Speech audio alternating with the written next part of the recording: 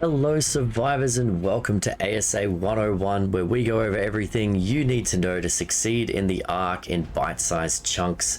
If you find this video useful, please hit that subscribe button and come say hi when we're live over on Twitch. And if there's something else you'd like to see a tutorial on, comment below and let me know. Today we're focused on beginner taming, those concepts that you need to get your first few friends in the Ark that are going to help you progress through the storyline, and just because it's fun to own dinosaurs.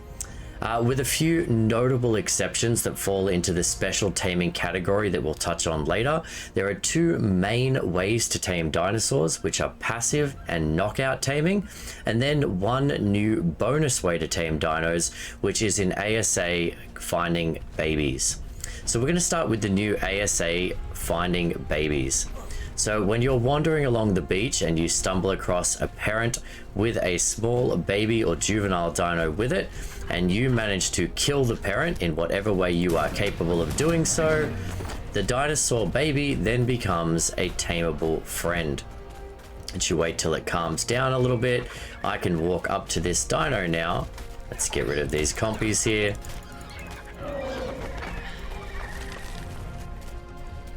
And you'll see a trigger saying imprint on juvenile triceratops. By doing that, I have now claimed this baby with no parents around to look after it. It is now my dinosaur friend. Of course, you have to feed the dino and protect it as it continues to grow before it can become a viable companion. But at this point in time, this is one of the quickest and easiest ways for new players to tame up their first dinosaurs. The next way to tame a dino is passive taming. Passive taming is based on the concept that some dinos want you to hand feed them specific treats in order to become your friends. The only way to figure this out, other than looking it up, is by trial and error and walking up to dinosaurs and seeing if a certain trigger box appears on top of them.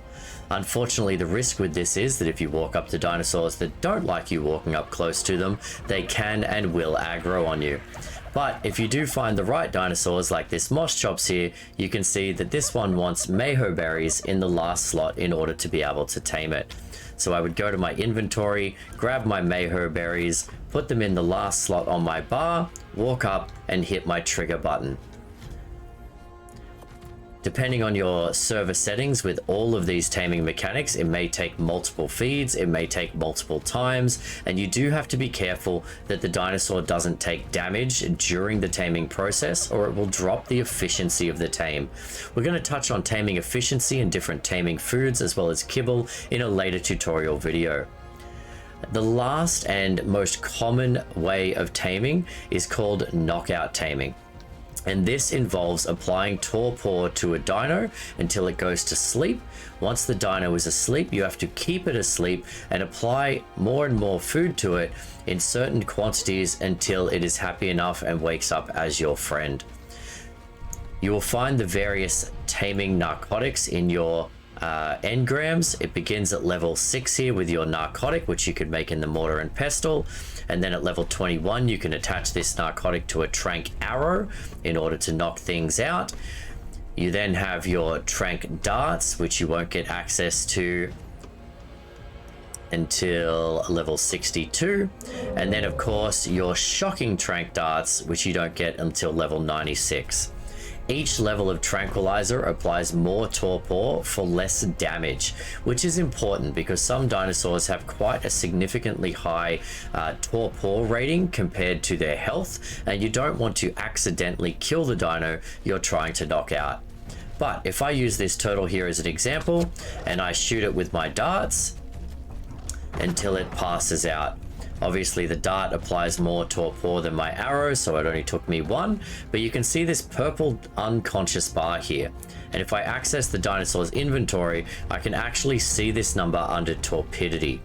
So the number's already dropping. Different dinosaurs drop torpor at different rates, and so you want to keep an eye on this, because if the torpidity reaches 0 before you have successfully tamed the dinosaur, it will wake up and you will lose any and all taming that you have successfully achieved at this point in time, and you'll have to begin from scratch. Now, figuring out what the dino wants to eat, is another either trial by error affair, or you will have to look it up online or through Dodo decks. Typically speaking, you'll either have herbivores, which require berries and vegetables, or you'll have carnivores, which will require meats and prime meats. Again, depending what you feed it will affect its efficiency, and that efficiency will affect the eventual tame, and we'll go over that in a later tutorial. But hopefully this will be enough to help you get started on your first few tames in the Ark, get established, and help yourself become protected from those bigger, scarier dinos. Again, I'm Mantikai, this is ASA 101, and if you have any feedback, any comments, any questions, or anything else you'd like to see me do a video on, please comment below, and enjoy your adventures in the Ark, survivors.